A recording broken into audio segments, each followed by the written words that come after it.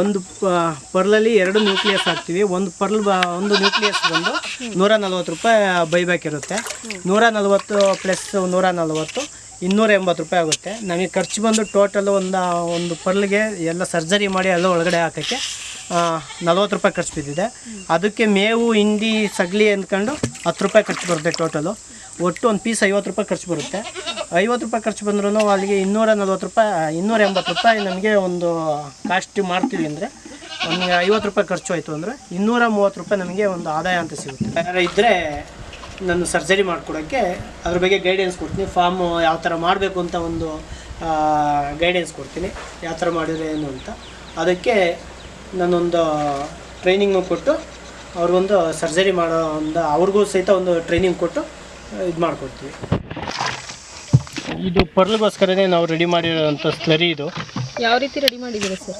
ಇದು ಒಂದು 50 litre drum. ಇದು 50 ಲೀಟ್ರ್ ನೀರಿಗೆ ಒಂದು 10 kg ಸಗಲಿ ಹಾಕತ್ತೀವಿ, 1 kg ಹಿಂಡಿ ಹಾಕತ್ತೀವಿ. 1 kg ಹಿಂಡಿ ಹಾಕಿ 10 kg ಸಗಲಿ ಹಾಕಿ 1 ವಾರ ಕರಗಿಸ್ತೀವಿ. 1 ವಾರ ಕರಗಿಸಿದಾಗ ಈ ಥರ ಅಂದರೆ ಹಿಂಡಿ ಅಂದರೆ ಕಡಲೆಕಾಯಿ ಹಿಂಡಿ, ಶೇಂಗಾ ಹಿಂಡಿ ಅಂತಾರೆ. ಕಡಲೆಕಾಯಿ ಹಿಂಡಿ ಹಸುಗೆ ಹಾಕ್ತಾರಲ್ಲ ಅದೇ ಹಿಂಡಿ. ಈ ಥರ ನೀರು ಥರ ಕ್ಲೀನ್ ಯಾವುದೇ ಎಪ್ಪಿಲ್ದಂಗೆ ಈ ಥರ ಫುಲ್ ಕರಗಿರ್ಬೇಕಿದು. ಇದನ್ನು ಈ ಥರ ನಾವೆಲ್ಲ ಕರಗಿಸ್ಕೊಂಡು ಇದಕ್ಕೆ ಆಕ್ಸಿಜನ್ ಕೊಟ್ಕೊಂಡು ಆಕ್ಸಿಜನಲ್ಲಿ ಇದನ್ನು ಸ್ಲರಿ ಟೈಫಲ್ಲಿ ಈ ಥರ ಮಿಕ್ಸ್ ಮಾಡೋದಿಲ್ಲ ಮೇಡಮ್. ಡೈಲಿ ಹಾಕ್ತೀರಾ ಸರ್ ಅಥವಾ ವಾರಕ್ಕೊಮ್ಮೆ ಇದು ಹಾಕೋದು. ಆವಾಗ ಇದು ಮಿಕ್ಸ್ ಆಗುತ್ತೆ. ನಿಮ್ಮ ಪರ್ಲ್ದು ಏನು ಹೇಳಲಿಲ್ಲ ನಿಮಗೆ ಅದು ಆದಾಯ. ಒಂದು ಪರ್ಲಲ್ಲಿ 2 ನ್ಯೂಕ್ಲಿಯಸ್ ಹಾಕ್ತೀವಿ. ಒಂದು ನ್ಯೂಕ್ಲಿಯಸ್ ಬಂದು 140 ರೂಪಾಯಿ ಬೈಬ್ಯಾಕ್ ಇರುತ್ತೆ.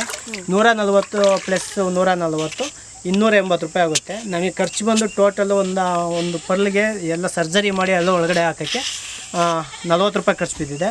ಅದಕ್ಕೆ ಮೇವು ಹಿಂಡಿ ಸಗಲಿ ಅಂದ್ಕೊಂಡು 10 ರೂಪಾಯಿ ಖರ್ಚು ಬರುತ್ತೆ. ಟೋಟಲು ಒಟ್ಟು ಒಂದು ಪೀಸ್ 50 ರೂಪಾಯಿ ಖರ್ಚು ಬರುತ್ತೆ. 50 ರೂಪಾಯಿ ಖರ್ಚು ಬಂದ್ರೂ ಅಲ್ಲಿಗೆ 240 ರೂಪಾಯಿ 280 ರೂಪಾಯಿ ನಮಗೆ ಒಂದು ಕಾಸ್ಟ್ ಮಾಡ್ತೀವಿ ಅಂದರೆ ನಮಗೆ 50 ರೂಪಾಯಿ ಖರ್ಚು ಆಯಿತು ಅಂದರೆ 230 ರೂಪಾಯಿ ನಮಗೆ ಒಂದು ಆದಾಯ ಅಂತ ಸಿಗುತ್ತೆ. ಒಂದು ವರ್ಷ ಕಾಯಬೇಕು. ಒಂದು ವರ್ಷ ಕಾಯಬೇಕು. Long investment. ನಮಗೆ ಒಂದು ಪೀಸ್ಗೆ ಅಲ್ಲಿಗೆ 50 ರೂಪಾಯಿ ಬಂಡವಾಳ ಹಾಕಿದರೆ ಇಷ್ಟು ಆದಾಯ ಬರುತ್ತೆ. ನಿಮ್ಮ ಹತ್ರ ಈಗ 3,000 ಇದೆ ಸರ್? 4,000 ತಂದಿದೆ. ಒಂದೇ 25% ಮಾರ್ಟಾಲಿಟಿ ಬಂದಿದೆ, ಒಂದು 75% ಉಳಿದಿದೆ. ಇದೆಲ್ಲ ನಾನೇ ಸರ್ಜರಿ ಮಾಡಿರೋದು, ಬೇರೆ ಯಾರೂ ಮಾಡಿಲ್ಲ. ಹೊರಗಡೆ ತಿಳ್ಕೊಂಬಂದು ನಾನೇ ಸರ್ಜರಿ ಮಾಡಿರೋದು. ಇದೆಲ್ಲ ನನ್ನ ಕೈಯಾರೆ.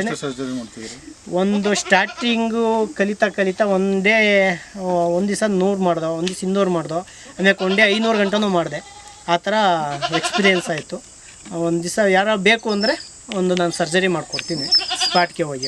ಈಗ 1,000 ತಗೊಬಂದಿದ್ರೆ 1,000 ತಗೊಬಂದಿದ್ರ ಮೇಲೆ ಈಗ ದಿನಕ್ಕೆ 100 ಸರ್ಜರಿ ಮಾಡ್ತೀರಿ, ಎಲ್ಲ ಈಚೆ ಕಡೆ ತೆಗೆದು ಮಾಡ್ಕೊತಿದ್ರು?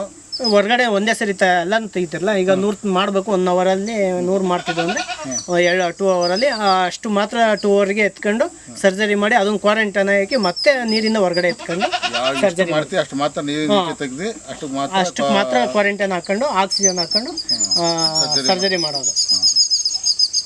ಈಗ ಸರ್ಜರಿ ಮಾಡ್ತೀವಿ 1,000 ತೆಗೆದು ಹೊರಗಡೆ ಹಾಕೋಕ್ಕಾಗಲ್ಲ. ಈಗ ಸರ್ಜರಿ ಮಾಡಿ ಎಷ್ಟು ದಿನ ಕ್ವಾರಂಟೈನ್ ಮಾಡಿದ್ರೆ? 2 ದಿನ ಕ್ವಾರಂಟೈನ್ ಇಟ್ಟಿದೆ. ಆಮೇಲೆ ಅಬ್ಸರ್ವೇಷನಲ್ಲಿ ಒಂದು ಟ್ಯಾಂಕ್ ಹಾಕೊಂಡು ಕೈಯಲ್ಲಿ ಇಟ್ಟಿದೆ. ಏನು ಥರ ಮಡಗಿದ್ರೆ? ನಾವು ಒಂದು ಆಂಟಿಬಯೋಟಿಕ್ ಟ್ಯಾಬ್ಲೆಟ್ ಬರುತ್ತೆ, ಆ ಟ್ಯಾಬ್ಲೆಟ್ ಹಾಕೋದು. ಅದು ಅಲ್ಲದೆ ಆಮೇಲೆ ಅಷ್ಟು ಯೆಲ್ಲೋ ಪೌಡರ್ ಬರುತ್ತೆ.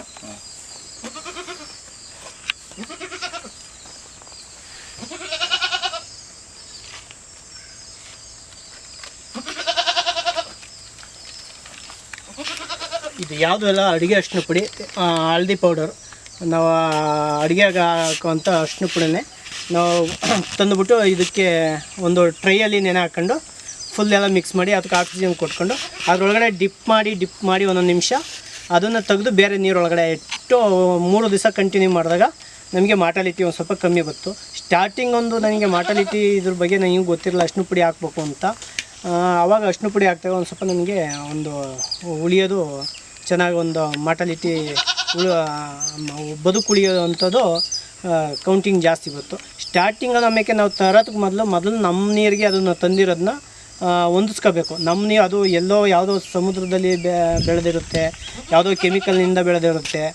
ಆವಾಗ ಅದನ್ನು ತಂದು ಮೊದಲು ನಮ್ಮ ನೀರಿನಲ್ಲಿ ವಾಶ್ ಮಾಡಿ ಕ್ಲೀನಾಗಿ ಅದಕ್ಕೆ ಎಲ್ಲ ಒಂದು ಸೂಕ್ಷ್ಮ ಜೀವಿಗಳೆಲ್ಲ ಹೋಗಲಿಕ್ಕೆ ಒಂದು ಯೆಲ್ಲೋ ಪೌಡ್ರನ್ನು ಡಿಪ್ ಮಾಡಿ ಒಂದು ಟ್ರೈಯಲ್ಲಿ ಇಟ್ಟು ಅದನ್ನು ಒಂದು ಬದುಕುಳಿ ಅಂಟ ಅದನ್ನ ನಮ್ಮ ನೀರಿಗೆ ಅಡ್ಜಸ್ಟ್ ಆಗಂಟ ಕಾಯಬೇಕು. ಆಮೇಲೆ ಸರ್ಜರಿ ಮಾಡಬೇಕು. ಮೊದಲೇ ಬಂದ ತಕ್ಷಣ ಸರ್ಜರಿ ಮಾಡಬಾರ್ದು. ಸರ್ ಸರ್ಜರಿ ಸ್ಟಾರ್ಟ್ ಆಗಿದ್ದು ಸರ್ ನಾನು 1 ಮಂತ್ ಫುಲ್ ಅದನ್ನ ನಮ್ಮ ನೀರಿಗೆ ಹೊಂದ್ಕೊಳ್ಳಕ್ಕೆ ಅಲ್ಲಿಂದ ತೆಗೆದು 1 ಮಂತ್ ಅದನ್ನ ನೀರಲ್ಲಿ ಬಿಟ್ಟು ಯಾವ ಥರ ಮಾಡಿದ್ರಿ ಸರ್? ಅದ ಮೊದಲು ವಾಶ್ ಮಾಡಿದೆ, ಆಕ್ಸಿಜನ್ ಕೊಟ್ಟು ನೀರೆಲ್ಲ ಕೆಲವೊಂದು ವೀಡಿಯೋಸ್ ಇದೆ. ಯಾವ ಥರ ಒಂದು ಟ್ಯಾಂಕ್ ಇದೆ, ಸಿಮೆಂಟ್ ಟ್ಯಾಂಕು, ಅದರೊಳಗಡೆ ಹಾಕಿ ವಾಶ್ ಮಾಡಿ ರೆಡಿ ಪೈಪ್ ಇದೆ, ಎಲ್ಲ ಗಲೀಜೆಲ್ಲ ಹೋಗಿ ಮೇಲ್ಗಡೆ ನೀರು ಬಿಟ್ಕೊಂಡು, ಅಂದರೆ ನೀರು ಅಂದರೆ ಬೋರ್ ನೀರು ಹಾಕೋಂಗಿಲ್ಲ, ಹಳೆ ನೀರೇ ಆಗಿರಬೇಕು. ಸ್ಟಾಕ್ ಅಂತ ಈ ಥರ ಟ್ಯಾಂಕಲ್ಲಿ ಏನು ನೀರಿದೆ ಇದೇ ನೀರಲ್ಲಿ ತೊಳಿಬೇಕು. ಬೋರ್ ನೀರು ಫ್ರೆಶ್ ಆದ ನೀರಲ್ಲಿ ತೊಳೆದ್ರೆ ಆಗಲೇ ಮಾರ್ಟಾಲಿಟಿ ಆಗ್ಬಿಡುತ್ತೆ. ಅದರಲ್ಲಿ ಯಾಕೆ ಅಂದರೆ ಬೋರ್ನಿಂದ ಬರೋಂಥ ನೀರಲ್ಲಿ ಯಾವುದೇ ಒಂದು ಆಕ್ಸಿಜನ್ ಇರಲ್ಲ. ಅದರಿಂದ ಮೀನಾಗಲಿ ಒಂದು ಸೂಕ್ಷ್ಮ ಜೀವಿಗಳು ಯಾವುದೇ ಆಗಲಿ ಅದು ಹೆಲ್ತಿ ನೀರಲ್ಲ, ಅದರಿಂದ ಸತ್ತೋಗ್ಬಿಡುತ್ತೆ. ಅದಕ್ಕೆ ಬಂದು ನಮ್ಮ ಹತ್ರ ಒಂದು 48 ಅವರ್ಸ್ ಆಗಿರಬೇಕು ಆ ನೀರಿಗೆ. ಅಂಥ ನೀರನ್ನು ತೊಳೆಯೋಕ್ಕೆ ಯೂಸ್ ಮಾಡಬೇಕು. ಆವಾಗ ನಮಗೆ ಬದುಕುಳಿಯುತ್ತದೆ. ಅದು 1 ತಿಂಗಳು ಕ್ವಾರಂಟೈನ್ ಮಾಡಿದ್ವಿ. ಅದು ಒಂದು ಕ್ವಾರಂಟೈನ್ ಅಲ್ಲ, ನಮ್ಮ ನೀರು ಹೊಂದ್ಕೊಳ್ಳೋಕ್ಕೆ 2 ದಿವಸ ಕ್ವಾರಂಟೈನ್ ಇರುತ್ತೆ. 2 ದಿವಸ ಆದಮೇಲೆ ನಮ್ಮ ನೀರು ಹೊಂದ್ಕೊಳ್ಳೋಕ್ಕೆ ಅದನ್ನು ಜೀವಂತವಾಗಿ ಬದುಕಲಿಕ್ಕೆ ಬಿಡ್ಬೇಕು ಆರಾಮಾಗಿ. ಆಮೇಲೆ ಅದಕ್ಕೆಲ್ಲ ಬದುಕಿ ಉಳಿದಾದ್ಮೇಲೆ ಸರ್ಜರಿಗೆ ನಾವು ಪ್ರಯತ್ನ ಪಡಬೇಕು. ಮೊದಲೇ ಎಂತಕ್ಕೆ ಸರ್ಜರಿ ಮಾಡಬಾರ್ದು ಅಂದರೆ ಮೊದಲು ನಾವು ಅದಕ್ಕೆ ಒಂದು ಪೀಸ್ ಬಂದು ನಮಗೆ ಗೌರ್ಮೆಂಟ್ ರೇಟಿಂದ 20 ರೂಪೀಸ್ ಇರುತ್ತೆ. 20 ರೂಪೀಸ್ಗೆ ನಾವು ಅದಕ್ಕೆ ನ್ಯೂಕ್ಲಿಯಸ್ ಹಾಕ್ತಾ ಹೋದರೆ 10 ರೂಪೀಸ್ ಆಗುತ್ತೆ. 20 ರೂಪೀಸ್ ಅದು ಮಜಲ್ಸ್ ಒಂದು ಸತ್ತೋದ್ರೆ ಅದು ಆಯಿತು. ಅದರೊಳಗಡೆ ನ್ಯೂಕ್ಲಿಯಸ್ ಹಾಕಿದ್ರೆ ಅದು 10 ರೂಪಾಯಿ ಹೋಗುತ್ತೆ. ಅದು ಮೊದಲು ಬದುಕುಳಿಯೋದನ್ನು ನೋಡ್ಕೊಂಡು ಆಮೇಲೆ ಸರ್ಜರಿ ಮಾಡಬೇಕು ಅಂತ ನಮ್ಮ ಅನುಭವ, ನಾನು ತಿಳ್ಕೊಂಡಿರೋದು. ಒಂದು ದಿನಕ್ಕೆ 100 ಸರ್ಜರಿ ಮಾಡ್ತಿದ್ರೆ ಆ 100 ಸರ್ಜರಿ ಮಾಡಿಬಿಟ್ಟು ಎಲ್ಲನೂ ಸಪ್ರೇಟಾಗಿ ಮಡಗ್ತಿದ್ರು, ಇಲ್ಲ ಒಂದು ದಿನ 100 ಸರ್ಜರಿ ಮಾಡ್ತೀರಿ, ಇನ್ನೊಂದು ದಿನ 100 ಸರ್ಜರಿ ಮಾಡ್ತೀರಿ, ಎಲ್ಲ 10 ರೂಪಾಯಿ ಆಗುತ್ತೆ? ನಾವು ಆ ಥರ ಮಾಡಿಲ್ಲ ಸರ್. ಒಂದು ಟ್ಯಾಂಕ್ ಫುಲ್ ಇದು 1000 ಇದನ್ನು 1000 ಮಜಲ್ಸ್ನ 3 ಡೇಸಲ್ಲಿ ಮುಗಿಸಿದ್ದೀನಿ. 3 ಡೇಸಲ್ಲಿ ಮುಗಿಸಿದ್ರೆ ಅದಕ್ಕೆ ನಮ್ಗೆ ಒಂದು ಡೇಟ್ ಕೊಟ್ಕೊಂಡಿದ್ದೀವಿ. ಒಂದು ಟ್ಯಾಂಕ್ ನಂಬರ್ಗೆ ನಮಗೆ ಟ್ರೈನಿಂಗಲ್ಲಿ ಕೊಡ್ತಾಯಿದ್ರು. ಒಂದು ಮಜಲ್ಸ್ ಮೇಲೆ ಅಲ್ಲಿ ಒಂದು ಸರ್ಜರಿ ಆದಮೇಲೆ ಅದ್ರ ಮೇಲೆ ಡೇಟು ಮತ್ತು ಮೆನ್ಷನ್ ಮಾಡಿ ಅಂತ. ಆ ಥರ ನಮ್ಗೆ ಅದು ಮಾಡೋಕ್ಕಾಗಲ್ಲ ಅಂದ್ಬಿಟ್ಟು ಒಂದು ಟ್ಯಾಂಕಿಗೆ ಒಂದು ಡೇಟ್ ಕೊಟ್ಕೊಂಡಿರ್ತೀವಿ. 3 ಡೇಸಲ್ಲಿ ಒಂದು ಟ್ಯಾಂಕ್ ಮುಗಿಸಿರ್ತೀವಿ, ಅದಕ್ಕೊಂದು ಡೇಟ್ ಕೊಟ್ಟಿರ್ತೀವಿ. ಆ 1ನೇ ಟ್ಯಾಂಕಲ್ಲಿ 3 ಡೇಸಲ್ಲಿ ಮುಗಿಸಿದ್ವಿ. ಅದೊಂದು ಡೇಟ್ ಪ್ರಕಾರನೇ ಮಡಿಕೊಂಡಿದ್ದೀವಿ ಸರ್. 1 ದಿವಸ 2 ದಿವಸ ಅದನ್ನು ಲೆಕ್ಕ ಬರೋಲ್ಲ. ಒಂದೊಂದು ಡೇನೇ ಒಂದೊಂದು ಡೇಟು ಒಂದೊಂದು ಟ್ಯಾಂಕಿಗೆ ಕೊಟ್ಕೊಂಡಿದ್ವಿ ಸರ್. ಈಗ ನೆಕ್ಸ್ಟ್ ಇದನ್ನೆಲ್ಲ ಫುಲ್ ಕ್ಲೀನ್ ಮಾಡಿ ಮತ್ತೆ ನೆಕ್ಸ್ಟ್ ಇದರಲ್ಲೇ ಮತ್ತೆ ಇದೇ ಕೃಷಿ ಮಾಡ್ಬೋದಾ? ಇದೇ ಮಾಡಬೇಕು ಅಂತಲೇ ಮಾಡ್ತಾ ಇದ್ದೀವಿ ಮೇಡಮ್. ಅಲ್ಲ ಮತ್ತೇನಾದರೂ ಈ ಮಜಲ್ಸ್ ಒಂದ್ಸರಿ ಅದು ಇದು ಬತ್ತು ಅಂದರೆ ಅದು ಬದುಕುಳಿಯಲ್ಲ ಮೇಡಮ್. ಅದನ್ನು ನ್ಯೂಕ್ಲಿಯಸ್ ಎತ್ಕೋಬೇಕು ಅಂದ್ರೆ ಅದನ್ನು ಸಾಯಿಸಲೇಬೇಕು. ಅದು ಅಷ್ಟೇ ಒಂದೇ ಕ್ರಾಪು. ಯಾಕೆಂದರೆ ಸೇಮ್ ಅನಿಯಮ ಇದು.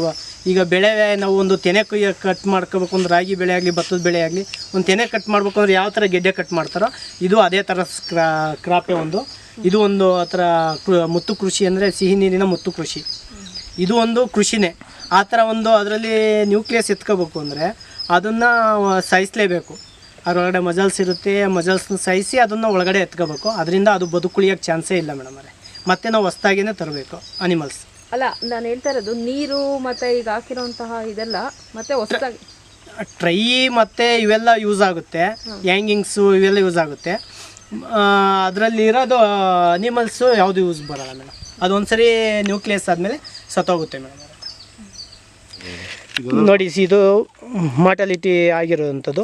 ನ್ಯೂಕ್ಲಿಯಸ್ ಹಾಕಿದ್ವಿ, ಸತ್ತೋಗಿದೆ. ಈ ಥರ ಸತ್ತೋದ್ರೆ ಈ ಥರ ಓಪನ್ ಆಗುತ್ತೆ. ಈ ಥರ ಇದೆಲ್ಲ ಸತ್ತೋದನ್ನ ಯಾವುದೇ ಕಾರಣಕ್ಕೂ ಟ್ಯಾಂಕ್ ಒಳಗೆ ಬಿಡಬಾರ್ದು, ಎತ್ತಾಕಬೇಕು. ಯಾಕೆಂದರೆ ಇದರಿಂದ ಇನ್ಫೆಕ್ಷನ್ ಜಾಸ್ತಿ ಆಗುತ್ತೆ. ಡೈಲಿ ಚೆಕ್ ಮಾಡ್ತಾ ಇರ್ಬೇಕು ನೀವು? ಚೆಕ್ ಅಂದರೆ ಡೈಲಿ ಏನಿಲ್ಲ. 15 ಮೀನು ಫಿಶ್ ಇತ್ತು ಅಂದರೆ ಅದ್ರ ಅವಶ್ಯಕತೆ ಇಲ್ಲ. ಇದನ್ನು ಸತ್ತೋದ್ರಿಂದ ಫಿಶ್ ತಿಂದ್ಕೊಳ್ಳುತ್ತೆ. ಅದಕ್ಕೋಸ್ಕರನೇ ಫಿಶ್ ಹಾಕ್ಬೇಕು. ಬೇರೆ ಯಾವುದೇ ಬ್ಯಾಕ್ಟೀರಿಯಾಗಳು ಬೆಳೆಯಲ್ಲ. ಇದು ಸತ್ತು ಹಳೇದಾಯ್ತಾ ಬ್ಯಾಕ್ಟೀರಿಯಾಗಳು ಬೆಳ್ಕೊಂಬಿಡುತ್ತೆ, ಬೇರೆದಕ್ಕೆ ಇನ್ಫೆಕ್ಷನ್ ಆಗುತ್ತೆ. ಅದಕ್ಕೋಸ್ಕರನೇ ಫಿಶ್ಗಳು ಹಾಕೋಬೇಕು ಅಂತ ಹೇಳೋದು. ಆಮೇಲೆ ಇದೇನೈತೆ ಮೇಡಮ್ ಇದು ಈ ಕಪ್ಪೆ ಚಿಪ್ಪು ವೇಸ್ಟ್ ಆಗಲ್ಲ. ಈ ಆಮೇಲೆ ಇದು ವೇಸ್ಟ್ ಆಗೋವಂಥ ಪದಾರ್ಥ ಯಾವುದೂ ಇಲ್ಲ. ಇದು ಅವತ್ತು ನಾವು ಬೆಳೆ ಬಂದ ನ್ಯೂಕ್ಲಿಯಸ್ ಆದ ತಕ್ಷಣ ಇದನ್ನು ಸಹಿತ ತಿಂತಾರೆ.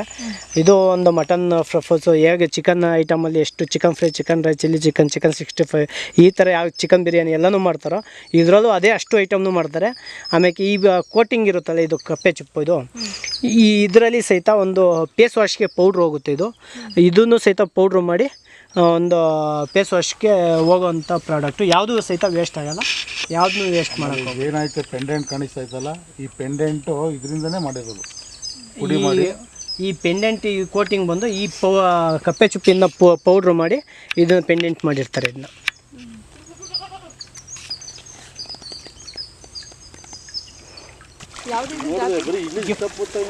ಗಿಫ್ಟ್ ಫಿಲೋಪಿಯಾ ಅಂತ ಗೌರ್ಮೆಂಟಿಂದ ಕೊಟ್ಟಿದ್ರೆ ಅಥವಾ ನೀವು ಓನಕ್ಕೆ? ಇದು ನಾನು ಬೆಂಗಳೂರು ಹೆಸರುಗಟ್ಟಲ್ಲಿ ತಗೊಂಡಿದ್ದೀನಿ ಮರಿ. ಒಂದು ಮರಿ 2.5 ರೂಪಾಯಿ ಮರಿ. ಗಿಫ್ಟ್ ಫಿಲೋಪಿಯಾ ನೀವು ಸೇಲ್ ಮಾಡಿದಿರಾಗ? ಸೇಲ್ ಮಾಡ್ತಾಯಿದ್ದೀನಿ. 100 ರೂಪಾಯಿ ಕೆಜಿ ಹೋಗ್ತಾ ಇದ್ದೀನಿ. ಇಲ್ಲೇ ಬರ್ತಾರಾ? ಹಾಂ, ಇಲ್ಲೇ ಬರ್ತಾರೆ. ಕೆಲವೊಂದು ನಾವು ಇಲ್ಲಿ ಟೌನ್ಗೆ ಹಾಕ್ಕೊಡ್ತೀವಿ.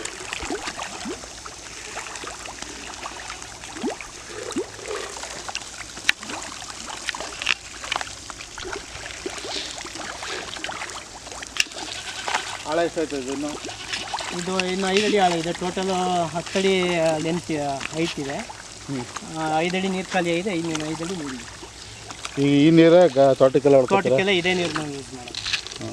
ಈಗ ಅಲ್ಲಿ ಬರ್ತಾರೋ ನೀರು ಯಾವ್ದು ಹೇಳಿ? ಅದು ಬೋರ್ ನೀರು, ಸೋಲಾರ್ ನೀರು. ಸೋಲಾರ್ ನೀರು ಎನಿ ಟೈಮ್ ಓಡ್ತಿರುತ್ತೆ ಸರ್? ಅಷ್ಟೇ ನೀರು. ಈ ಸೋಲಾರಿಗೆ ನಿಮ್ಮ ಮನೆ ತಾವಿಂದ ಕಲೆಕ್ಷನ್ ಕೊಟ್ಟು ಇದರಿಂದ ನೀರು ತೋಟಕ್ಕೆ. ಅದೆಷ್ಟು ಅದು ಸರ್ ಸರ್ಟಿಫಿಕೇಟ್ ಎಲ್ಲ ಬಂದಿದೆ ನಿಮಗೆ ಮುತ್ತು ಕೃಷಿ ಬಗ್ಗೆ? ಮೇಡಮ್, ನಾನು ಬೆಂಗಳೂರು ಕೃಷಿ ವಿಶ್ವವಿದ್ಯಾಲಯ GKVKಲಿ 3 ದಿವಸ ಒಂದು ಟ್ರೈನಿಂಗ್ ತಂದೆ. ಅಲ್ಲಿ ವೆಂಕಟಪ್ಪ ಸರ್ ಮತ್ತು ಕಿಶೋರ್ ಸರ್ ನನಗೆ ಒಂದು ಮುತ್ತು ಟ್ರೈನಿಂಗ್ ಬಗ್ಗೆ ಒಂದು ಸ್ವಲ್ಪ ಸರ್ಜರಿ ಮಾಡೋದು ಯಾವ ಥರ, ಅದನ್ನು ಗೊನಾರ್ಡಲ್ಲಿ ಸರ್ಜರಿ ಮಾಡೋದು ಯಾವ ಥರ, ರೌಂಡ್ ಮುತ್ತು, ಇದೆಲ್ಲ ನನಗೆ ಟ್ರೈನಿಂಗ್ ಕೊಟ್ಟರು. ಅದು ಅಲ್ಲದೆ ಇನ್ನು ಹೊರಗಡೆ ಒಂದು ಸ್ವಲ್ಪ ನಾನು ಸರ್ಜರಿ ಮಾಡೋದೆಲ್ಲ ಒಂದು ಸ್ವಲ್ಪ ತಿಳ್ಕೊಂಡು ಒಂದು ಸ್ವಲ್ಪ ಈಗ ಫಾಸ್ಟಾಗಿ ಎಕ್ಸ್ಪೀರಿಯನ್ಸ್ ಆಗಿ ಸರ್ಜರಿ ಮಾಡ್ಕೊಡ್ತೀನಿ. ಒಂದು ಬಯೋಫ್ಲೆಕ್ಕಲ್ಲಿ ನಾನು ಸರ್ಜರಿ ಮಾಡ್ತಾಯಿದ್ದೆ. ಮತ್ತು ಒಂದು ಕೃಷಿ ಹೊಂಡ ಇದೆ. ಮುಂದಿನ ದಿನಗಳಲ್ಲಿ ಒಂದು ದೊಡ್ಡ ಮಟ್ಟದಲ್ಲಿ ಒಂದು ಮುತ್ತು ಕೃಷಿ ಮಾಡಬೇಕು ಅಂತ ನಾನು ಒಂದು ಮುಂದಿನ ಗುರಿಯಾಗಿ ಇಟ್ಕೊಂಡಿದ್ದೀನಿ. ಇದನ್ನು ಮುತ್ತನ್ನ ಒಂದು ರೈತರಿಗೆ ಇದು ಒಂದು ಮುತ್ತಿನ ಕೃಷಿ ಆದಾಯಕ ಅಂತ ಒಂದು ಹೇಳೋಕ್ಕೆ ಇಷ್ಟಪಡ್ತೀನಿ. ಮುತ್ತಿನ ಕೃಷಿಲಿ ಏನಪ್ಪ ಇದೆ ಅಂದರೆ ಬೇರೆ ಕೃಷಿಗಳಲ್ಲಿ ಲೇಬರ್ ಆಳುಗಳನ್ನ ನೆಮ್ಕೊಂಡು ಮಾಡೋವಂಥ ಕೃಷಿಗಳಿರುತ್ತೆ. ಲೇಬರ್ ಇಲ್ದೇ ಮಾಡೋವಂಥದ್ದು ಕೃಷಿ ಅಂದರೆ ಇದು ಮನೆಯಲ್ಲೇ ಒಬ್ಬನೇ ನೋಡ್ಕೊಳ್ಳೋ ಅಂಥ ಕೃಷಿ ಅಂದರೆ ಮುತ್ತು ಕೃಷಿ ಅಂತಲೇ ಹೇಳ್ಬೋದು. ಯಾವುದೇ ಒಂದು ಲೇಬರ್ ಕಾಂಟ್ಯಾಕ್ಟ್ ಇಲ್ದೇ ಮೇಂಟೈನ್ ಮಾಡ್ಬೋದು. ಒಬ್ಬ ವ್ಯಕ್ತಿ ಒಂದು 25,000 ಮುತ್ತು ಕೃಷಿ ಬೆಳೆಯೋ ಅಷ್ಟು ಸಾಮರ್ಥ್ಯ ಇದೆ ಮೇಡಮ್. ಬೇರೆ ಕೃಷಿಗಳನ್ನ ಮಾಡೋಕ್ಕಾಗಲ್ಲ, ಲೇಬರ್ನ ನೆಮ್ಕೊಳ್ಳೇಬೇಕು. ಇವತ್ತು ಲೇಬರ್ಗಳು ಸಿಗೋಲ್ಲ, ಅದು ಲೇಬರ್ ಸಮಸ್ಯೆ ಇದೆ. ಲೇಬರ್ ನೆಮ್ಕೊಂಡು ಯಾವುದೇ ಬದುಕನ್ನ ಮಾಡೋಕ್ಕಾಗಲ್ಲ. ಅದಕ್ಕೋಸ್ಕರ ನಾನು ಒಂದು ಲೇಬರ್ ಇಲ್ದೇ ಮಾಡ್ಬೋದಲ್ಲ ಅನ್ನೋ ಕಾನ್ಸೆಪ್ಟ್ ಇಟ್ಕೊಂಡು ಇದನ್ನು ಮುತ್ತು ಕೃಷಿ ಮಾಡ್ತಾಯಿದ್ದೀನಿ. ಸರ್ಕಾರದಿಂದ ಏನಾದರೂ ಸೌಲಭ್ಯ ಇದೆಯಾ ಸರ್? ಮುತ್ತು ಕೃಷಿಗೆ ನಾನು ಅದನ್ನೇ ಕೇಳ್ತಾ ಇದ್ದೀನಿ. ದೊಡ್ಡ ಮಟ್ಟದಲ್ಲಿ ಮಾಡಬೇಕು, ಒಂದು ಯಾವ್ದಾರ ಸರ್ಕಾರದ ಕಡೆಯಿಂದ ಒಂದು ಸಹಾಯಧನ ಕೊಡಿಸಿ ಅಂತ. ಫಿಶ್ ಇಲಾಖೆಯಲ್ಲಿ ಸಹಾಯಧನ ಇದೆ. ಫಿಶ್ ಇಲಾಖೆಯಲ್ಲಿ ಮತ್ತು ಕೃಷಿ ಇಲಾಖೆಯಲ್ಲಿ ಕೃಷಿ ಹೊಂಡ ಸಹಾಯಧನ ಕೊಡ್ತಾರೆ. ಫಿಶ್ ಇಲಾಖೆಯಲ್ಲಿ ಬಯೋಫ್ಲೆಕ್ ಅಂತ ಕೊಡ್ತಾರೆ. ಮುತ್ತಿಗೆ ಅಂತ ಯಾವುದೇ ಸಬ್ಸಿಡಿ ಆಗಲಿ ಒಂದು ಸಹಾಯಧನ ಆಗಲಿ ಇನ್ನೂ ಕೊಡ್ತಾಯಿಲ್ಲ. ನಾವು ಒಂದು ನಮಗೆ ಟ್ರೈನಿಂಗ್ ಕೊಟ್ಟವ್ರನ್ನ ಒಬ್ರನ್ನ ಕೇಳಿದಾಗ ನಾವು ಸರ್ಕಾರಕ್ಕೆ ಒಂದು ಲೆಟ್ರ್ ಬರ್ತಿದ್ದೀವಿ, ಈ ಮುತ್ತು ಕೃಷಿಗೆ ಒಂದು ಸಹಾಯಧನ ಬೇಕು ಅಂತ. ಅದು ಬಂದ ತಕ್ಷಣ ನಿಮಗೆ ಒಂದು ಆದ್ಯತೆ ಕೊಡ್ತೀವಿ ಅಂತ ಒಂದು ಮನವಿ ಮಾಡೋರು. ಅಂದರೆ ಈಗ ಸದ್ಯಕ್ಕೆ ಯಾವುದೇ ಸಬ್ಸಿಡಿಗಳು ಮುತ್ತು ಕೃಷಿಗೆ ಸಬ್ಸಿಡಿಗಳು ಯಾವುದೇ ಇಲ್ಲ. ಟ್ರೈನಿಂಗು ಸಹಿತ ಎಲ್ಲ ಟ್ರೈನಿಂಗ್ನು ನಮಗೆ ಫ್ರೀಯಾಗಿ ಸರ್ಕಾರದಿಂದನೇ ಕೊಡ್ತಾರೆ. ಅದೇ ಮುತ್ತು ಕೃಷಿ ಟ್ರೈನಿಂಗಿಗೆ ನಾವು ದುಡ್ಡು ಕೊಟ್ಟು 5,500 ದುಡ್ಡು ಕೊಟ್ಟು ಟ್ರೈನಿಂಗ್ ಮಾಡಿರೋದು ನಾವು. ಸರ್ ಜೊತೆಗೆ ಈಗ ನೀವು ಆಲ್ರೆಡಿ ಮಾಡ್ತಾ ಇದ್ದೀರಾ, ನಿಮಗೆ ಎಕ್ಸ್ಪೀರಿಯನ್ಸ್ ಆಗಿದೆ ಸರ್.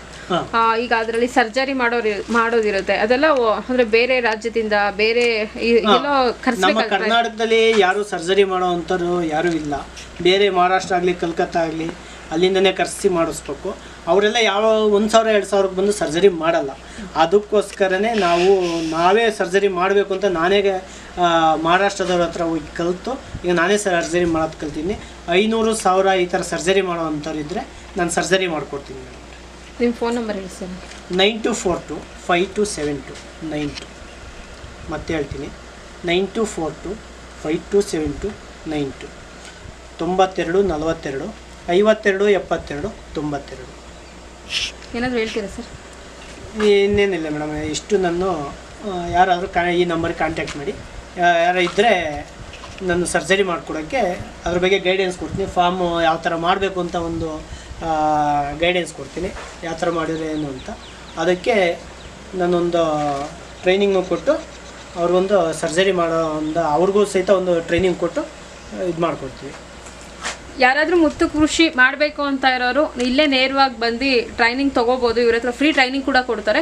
ಜೊತೆಗೆ ಮಾಡಿರೋರ್ಗೆ ಏನಾದರೂ ಅದ್ರ ಬಗ್ಗೆ ಕೆಲವೊಂದಷ್ಟು ಅದಕ್ಕೆ ಬೇಕಾದಂಥ ಕೆಲವೊಂದಷ್ಟು ಕೆಲಸ ಕಾರ್ಯಗಳಿರುತ್ತೆ, ಅದ್ರ ಬಗ್ಗೆ ಏನಾದರೂ ನಿಮ್ಗೆ ಐಡಿಯಾಸ್ ಬೇಕಂದ್ರೂ ಕೂಡ ಸರ್ನ ಕಾಂಟ್ಯಾಕ್ಟ್ ಮಾಡ್ಬೋದು ಅಂತ ಹೇಳ್ತಾ, ಇದುವರೆಗೂ ಕೂಡ ಮುತ್ತು ಕೃಷಿ ಬಗ್ಗೆ ನಮ್ಮ ಯುವ ರೈತರಿಗೆ ಯಾರಾದರೂ ಹೊಸದಾಗಿ ಮಾಡಬೇಕು ಅಂತ ಅಂದ್ಕೊಂಡಿರೋರಿಗೆ ಒಂದೊಳ್ಳೆ ಉತ್ತಮ ಮಾಹಿತಿಯನ್ನು ಕೊಟ್ಟಂತಹ ಲಕ್ಷ್ಮಣ್ ಸರ್ಗೆ ನಾನು ನಮ್ಮೂರ ಟಿ ವತಿಯಿಂದ ತುಂಬ ಹೃದಯದ ಧನ್ಯವಾದ ತಿಳಿಸ್ತಾ ಇದ್ದೀನಿ ಸರ್. ನಮಸ್ತೆ ಮೇಡಮ್.